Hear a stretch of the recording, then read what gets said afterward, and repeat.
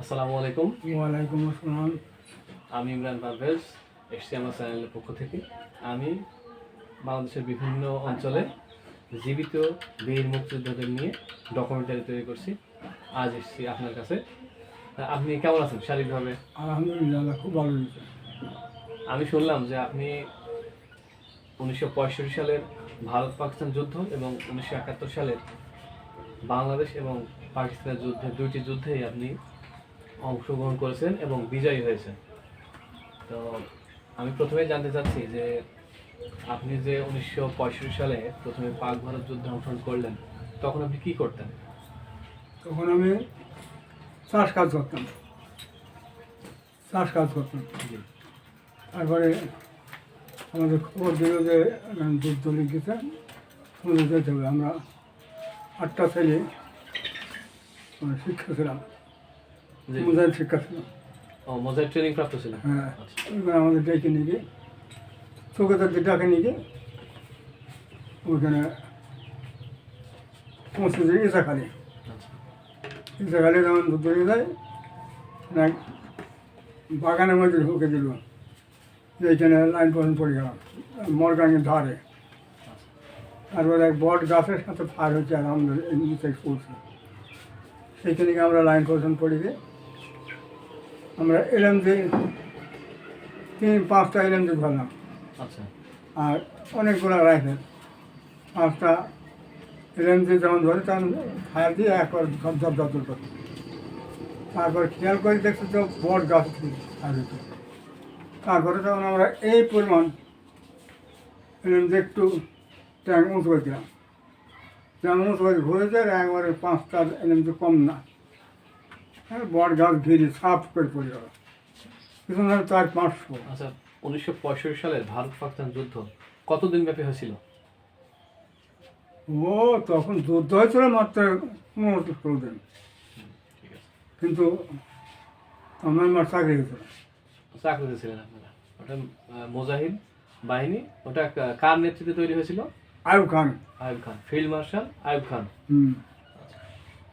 আর আমাদের নিয়ে গেল কে এটা মনে নেই। মনে নেই। তখন মানে কার ওই চৌকিদারের ডাকে আপনারা গেছিলেন? আমরা সুবিধা ডাকি। আচ্ছা। তো আপনার জন্ম কোথায়?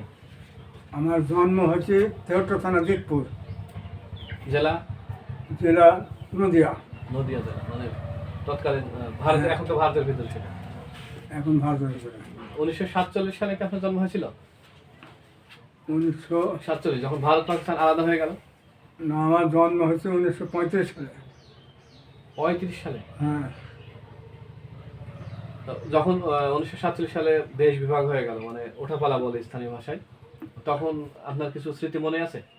কি মনে আছে?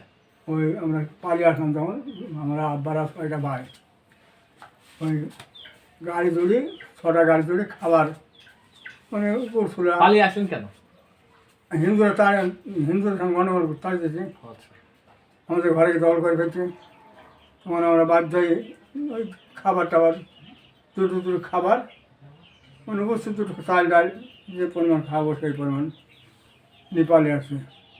আসতে ধরো সকালবেলায় 10টার সময় গাড়ি ধরে, সেই গাড়ি নার বর্ডারে আসতে জোহর পার হয়ে যাচ্ছে। না।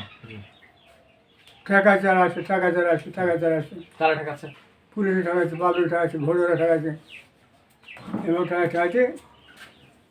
যখন ওই নার বর্ডার পর চলে আসলো খালপাড়ায়, ওইখানে এসে ওই গোড়ছোলা, চাল, মুড়ি টুড়ি যা কেউ যা মুরগি খাবার জিনিস সব ব্যানার দিয়ে দোয়া কেটে নামিয়ে দিলাম।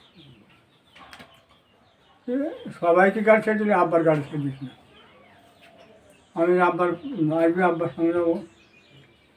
আব্বাকে রাইফেল বুকে করে ধরে দাঁড়িয়ে আছে।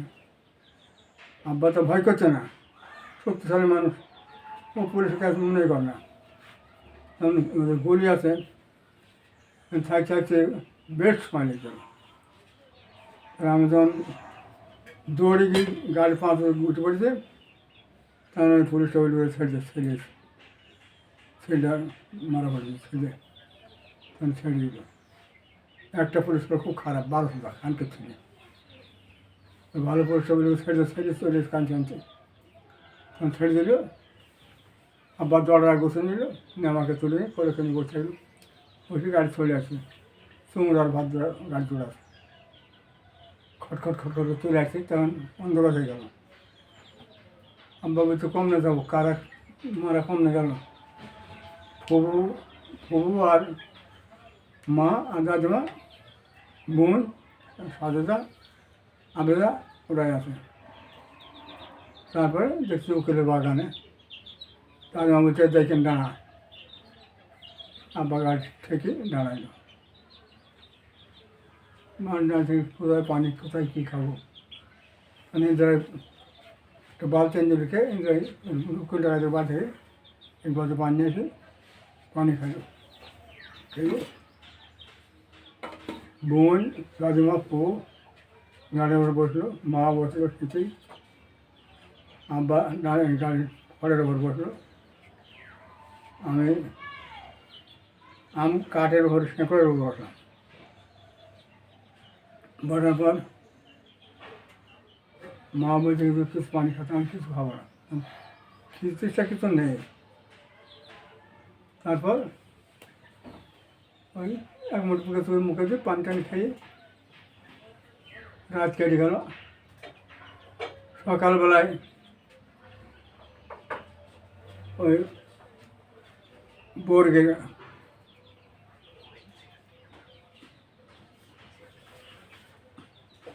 আচ্ছা, আমরা মূল প্রসঙ্গে আসি, 1971 প্রসঙ্গে আমরা আসি। 1971 সালে আপনি কার আহ্বানে বা কার নেতৃত্বে যুদ্ধ শুরু করেন বা কিভাবে শুরু করেন? ওই তখন তৌফিক রায় চৌধুরী আপনার তৌফিক আলী চৌধুরী। আচ্ছা, উনি স্বাধীনের সময় 71 সালে উনি কে ছিলেন? এসডিও ছিলেন। মেহেরপুরের এসডিও ছিলেন। আচ্ছা, কি ওনার আহ্বানে আপনারা যুদ্ধে প্রথম শুরু করেন? আচ্ছা, যুদ্ধে আপনারা প্রথম কোথায় অংশগ্রহণ করেন? ওই যে চৌকিদার দিয়ে ডাকাইল আমাদের, জি জি। ডাকি আমরা গেলাম উপজেলার ওখানটায়, জি ওখানে গিয়ে তখন তৌফিক রায় চৌধুরী ওই কাছারি ঘরে কাছে ওই যে পোশাক নিয়ে দিল, গোলে পোশাক তাদের সব দিয়ে দিতে, বোট টুটে ওদের রেখে দিলে গাড়িতে তুলে, জিপ গাড়িতে তুলে, জি জি। জিপ গাড়িতে তুলে ওই হিন্দুদের আবদার মোড় জি। বাঁ হাতে নেশারায় নামিয়ে দিল, নিচে নিচে জায়গায়। নিচু জায়গায় আচ্ছা তার গাছটা আছে, আচ্ছা। ওখানে নামিয়ে দিল। তারপরে ওখান থেকে ওই বল। মনে হয় না, ওখানে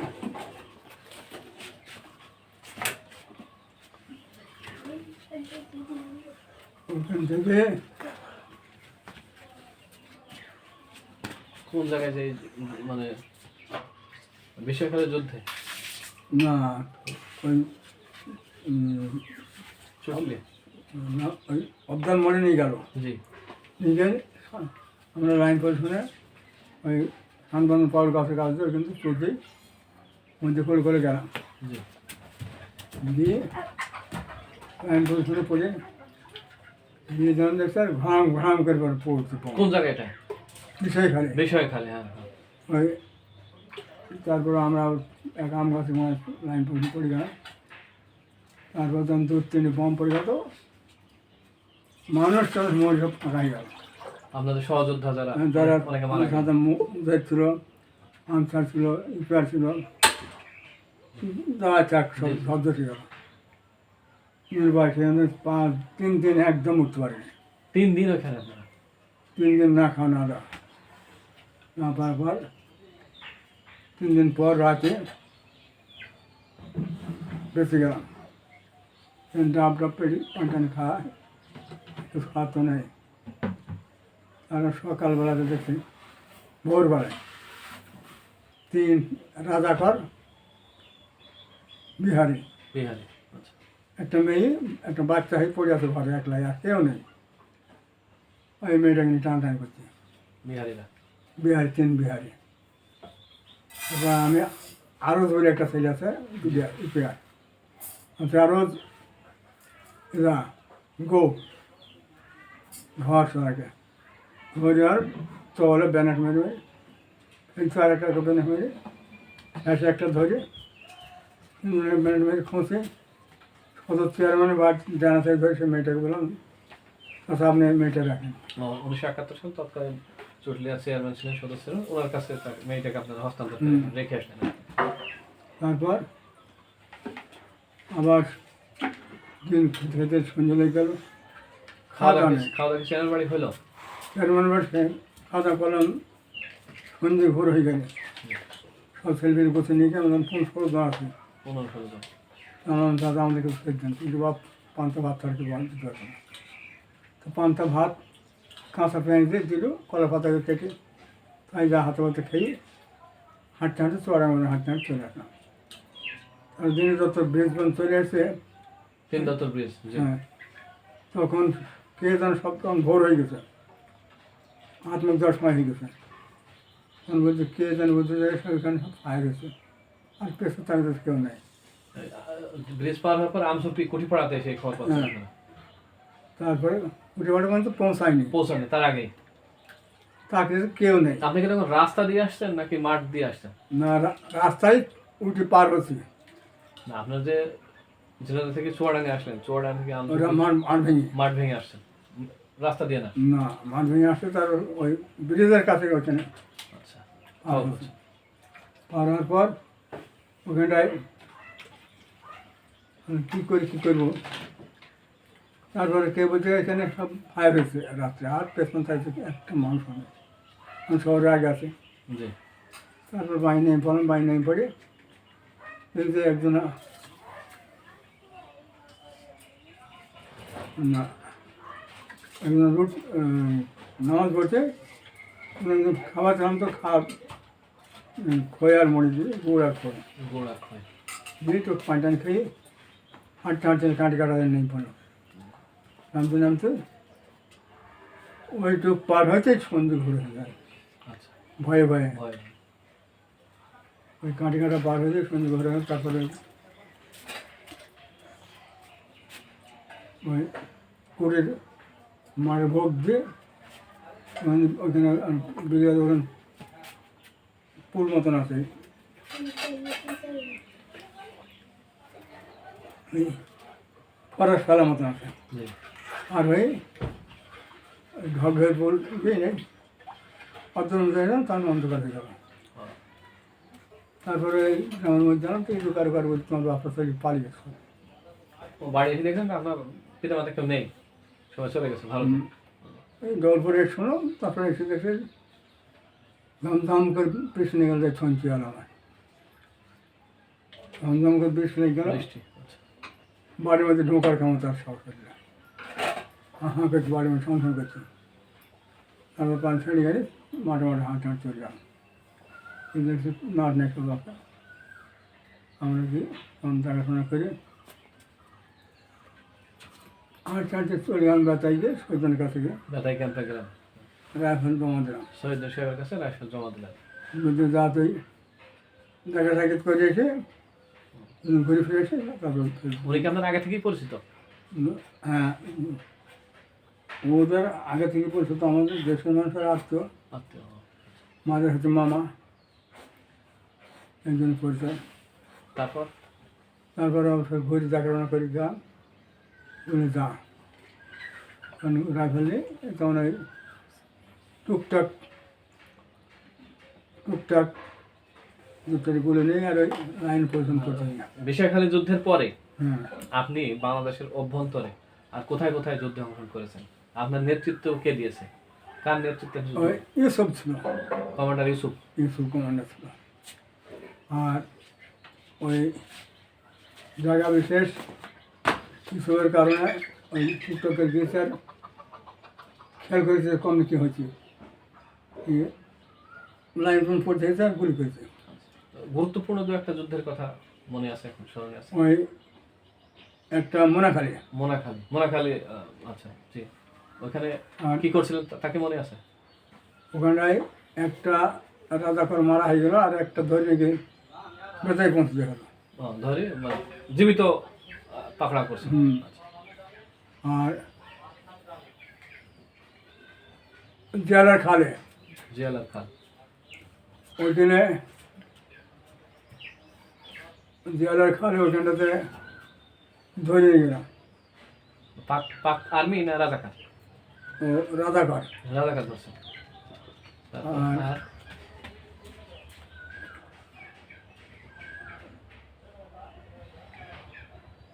আর আর্মি একটা ধরা হলো পাক আর্মি ধরছেন।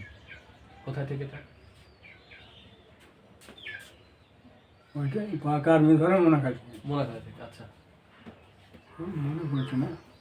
মনে নেই আসলে, অনেক অনেক দিনের কথা, তাছাড়া আপনার অনেক বয়স হয়ে গেছে, মনে আসলে থাকার কথা না। তারপরেও যতটুকু স্মরণে আসে। ধরা ধরা খাচ্ছে না, আমার মাথায় ধরছে না। তারপর এই রাজাকর আর তিনটে আমতুর ধরে নিয়ে গেলাম। আমজমি থেকে 3টা। আচ্ছা, পাক আর্মি, পাকিস্তানি না, পাকিস্তানি আর্মি, এই আনসার। এপিআর না? আনসার মানে রাজাকর আনসার। রাজাকার, রাজাকার। আচ্ছা আচ্ছা, রাজাকার। আচ্ছা। ও ধরে নিয়ে গেছে, এখন তারা মুক্ত হয়ে গেল। ও আচ্ছা। এখনো বোধহয় একজন বেঁচে আছে। আচ্ছা। তারপরে আর কোথাও সীমান্ত এলাকায়? আর সীমান্ত এলাকায় বুড়িপোতা, কান্দেরপুর বা এদিক আমাদের মজিবনগর? ওঠে যুদ্ধে কি তখন ধরা ওসব ধরতে পারে না। মানে নিহত করছেন এখানে? হ্যাঁ, মেরে দিলাম মেরে ফেলছে? দুজন। মানে আপনাদের টার্গেটে থাকছে যদি যুদ্ধে যাকে মানে মেরে, যদি তাকে পাকড়াও জীবিত করা যায় তাহলে করতেন, না হলে মেরে ফেলতেন যদি এরকম হতো। কাজ জানা আসতো মেরে দিতাম। কাজে আসলে মেরে ওদের সঙ্গে দুটো পাঞ্জাবি মারা মারা বেড়ে গেল আন্দিপুর। দুটো পাকিস্তানি আর্মি মারা বেড়ে গেল। আপনার, আপনি তো নিজেও ট্রেনিং প্রাপ্ত হয়েছেন পাকিস্তানি আর্মিদের হাতে। পাকিস্তানি আর্মিদের ট্রেনিং কি ভালো? অনেক। ওরে বাপরে বাপ, তোদের ট্রেনিং সে ফিরোজ খান বলেছে আমরা তোদের ট্রেনিং করা, তোরা আমাদেরই মারবে। তাই বলেছিল? বলে তোরা আমাদেরই মারবে। আচ্ছা। কেন স্যার? যে তোদের ট্রেনিং ট্রেনিং করা যায়, তোরা আমাদের মারবে। তার কারণ যখন পাকিস্তান আর হিন্দুস্তান ভাগাভাগি হয়ে যাবে, বাংলা ভারত, বাংলা পাকিস্তান। হ্যাঁ, এই আমরা পাঞ্জাবি, তোরা বাঙালি, তোরা আমাদের মারবে আর আমরা তোদের মারবো। উনি বলেছিলেন? সেই জন্য বলছি, ওই ট্রেনিং করার কথাই বলছি, এটা বাস্তবে হয়েছে। হয়ে গেছে তাই। তো আপনি আপনার জীবনে কি কি অস্ত্র ট্রেনিং নিয়েছেন বা কি কি অস্ত্র চালাতে পারেন? আমি ট্রেনিং নিয়ে যে SS-36 হ্যান্ড গ্রানেড, গ্রানেড, আচ্ছা। তারপরে LMG, এলএমজি, তারপরে রাইফেল রাইফেল 303। 303, আচ্ছা। আর তারপরে LMG হয়েছে, আর স্টেন গান, স্টেন গান, তিনটে এই তিনটা অস্ত্র এবং এই গ্রেনেড। গ্রানেড একটা। গ্রেনেডটা কিভাবে, মানে ওটা খোলে কিভাবে আর ছুড়ে দেয় কিভাবে? গ্রানেড খুলে ওর ভাগ হচ্ছে SS-36 হ্যান্ড গ্রানেড। আচ্ছা, হ্যাঁ, এইচএস 33 হ্যান্ড গ্রেনেড। 36 36। আচ্ছা, হ্যান্ড গ্রানেড। Hand grenade. তো এই একটা সেফটি কেস আছে, চাবি, হ্যাঁ হ্যাঁ, ওই চাবিটা দাঁত দিয়ে খুলে ছুড়ে ফেলতে হয়। হাত দিয়ে মারতে হবে, নাহলে পর নিজেই পুড়ে যাবে মানে খুব দ্রুত, তাড়াতাড়ি। তাড়াতাড়ি। আচ্ছা, এর কতটা খণ্ড হবে দেখো। তাহলে আপনি তো একজন বীর মুক্তিযোদ্ধা, দেশকে একটা মানে অনেক প্রত্যাশা, জীবন বাজি রেখে আপনি যুদ্ধ করেছেন, একটি না দুইটি যুদ্ধ। তাহলে আপনার নিজের তো সাহস আল্লাহর মতো অনেক ছিল, হয়তো এখনো আছে। আপনার পিতা মাতারও স্যাক্রিফাইস আছে, তাদের আমার আব্বা বলতে দেশ বাঁচাইতে হবে। দেশ বাঁচাতে হবে। তুমি বাঁচাবে না, আরেকজন বাঁচানো তো দেশ করতে হবে। দেশ বাঁচাতে হবে। দেশ বাঁচবে না, দেশকে উদ্ধার করতে হবে, রক্ষা করতে হবে, নিজে বাঁচতে হবে, রক্ষা করতে হবে। আপনি বর্তমানে তো আপনার যে উদ্দেশ্য বা নিয়তে গেছেন যে আমাদের দেশটা স্বাধীন করবো, দেশটা পাকিস্তানদের কর্তৃক আমরা শাসিত হয়েছি, নির্যাতিত হয়েছি, চাকরি বাকরিতে আমাদের কোনো সুযোগ ছিল না, সব কিছুতে আমরা নিপীড়িত ছিলাম। তো সেই তুলনায় কোনো কিছু পূরণ হয়েছে আমাদের দেশে? নয়, সেভাবে হয়নি। যতটুকু অগ্রগতি হওয়ার কথা ছিল যতটুকু অগ্রগত হওয়ার কথা ছিল সেটাও হয়নি, হয়নি। হয়েছে অল্প। হয়েছে। আপনি এই মুহূর্তে মানে বর্তমান প্রজন্মের উদ্দেশ্যে কিছু বলেন, তাদের কেমন জীবন করা উচিত, দেশের জন্য কি করা দেশের উচিত? জন্য ছেলেপিলিকে উচ্চশিক্ষায় শিক্ষিত করতে হবে আচ্ছা, এবং প্রত্যেকটা ট্রেনিং হাতে তাতে নিতে হবে। মানে আপনি বলতে চাচ্ছেন যে বাংলাদেশের প্রত্যেকটা নাগরিককে আর্মিতে যে ট্রেনিং বা অস্ত্রের ট্রেনিং এটা নিয়ে রাখতে হবে, সবসময় নিয়ে রাখতে হবে, নিয়ে রাখতে হবে, সে করুক না করুক। করুক বা না করুক, সে যে পেশায় যাক না কেন, হ্যাঁ, সে মাঠে চাষ করুক, তো ট্রেনিং নিয়ে চলতে হবে। সুস্থ সবল সবাইকে ট্রেনিং নিয়ে রাখতে হবে। বিপদ আসবে না, বলা যাবে না, আসতে পারে যে কোনো সময়। সেজন্য তৈরি হতে থাকতে হবে। আর কিছু? আর শিক্ষার উচ্চশিক্ষা শিক্ষিত হতে হবে। শিক্ষিত হতে হবে, দেশকে সামনের দিকে এগিয়ে নিতে হবে। হ্যাঁ, শিক্ষা হলে বড় জিনিস। শিক্ষিত না সে কিছুই পারবে না, সে কিন্তু বলা হয় শিক্ষাই জাতির বড় মেরুদণ্ড। শিক্ষিত না হলে কিছু পারবে না। আর আপনি কি এখন স্বাভাবিক চলাচল করতে পারেন? নড়াচড়া করতে পারবে। আপনার আমি তো দেখতেছি আপনার এখানে হুইল চেয়ার, এই যে আমি দেখছি হুইল চেয়ার আপনার এখানে। আপনি তাহলে মানে কোথাও একটু হাঁটলেই হুইল চেয়ার সাহায্য নিতে হয়, তাহলে তো হাঁটতে পারেন। হুইল চেয়ারে চড়ে যেতে হয়, তাছাড়া উপায় নেই। উপায় নেই। আর ঠিক আছে, আপনাকে অনেক ধন্যবাদ। আমার চ্যানেলের পক্ষ থেকে আপনার সুস্বাস্থ্য কামনা করি, আল্লাহর কাছে দোয়া করি আপনি দীর্ঘজীবী হন। আপনাদের ত্যাগ, রক্ত, পরিশ্রমের বিনিময়ে আমরা বাংলাদেশ পেয়েছি। আমি ইমরান পারভেজ একটা চেয়ার পেয়েছি আপনাদের কল্যাণে। দেশ স্বাধীন না হলে, পাকিস্তানের অধীনে থাকলে বা অন্য কারো অধীনে থাকলে আমরা এই চেয়ারটা পেতাম না। সকলের পক্ষ থেকে আপনাকে আবারও অসংখ্য ধন্যবাদ। ভালো থাকবেন, সুস্থ থাকবেন। আসসালামু আলাইকুম। ওয়ালাইকুম আসসালাম।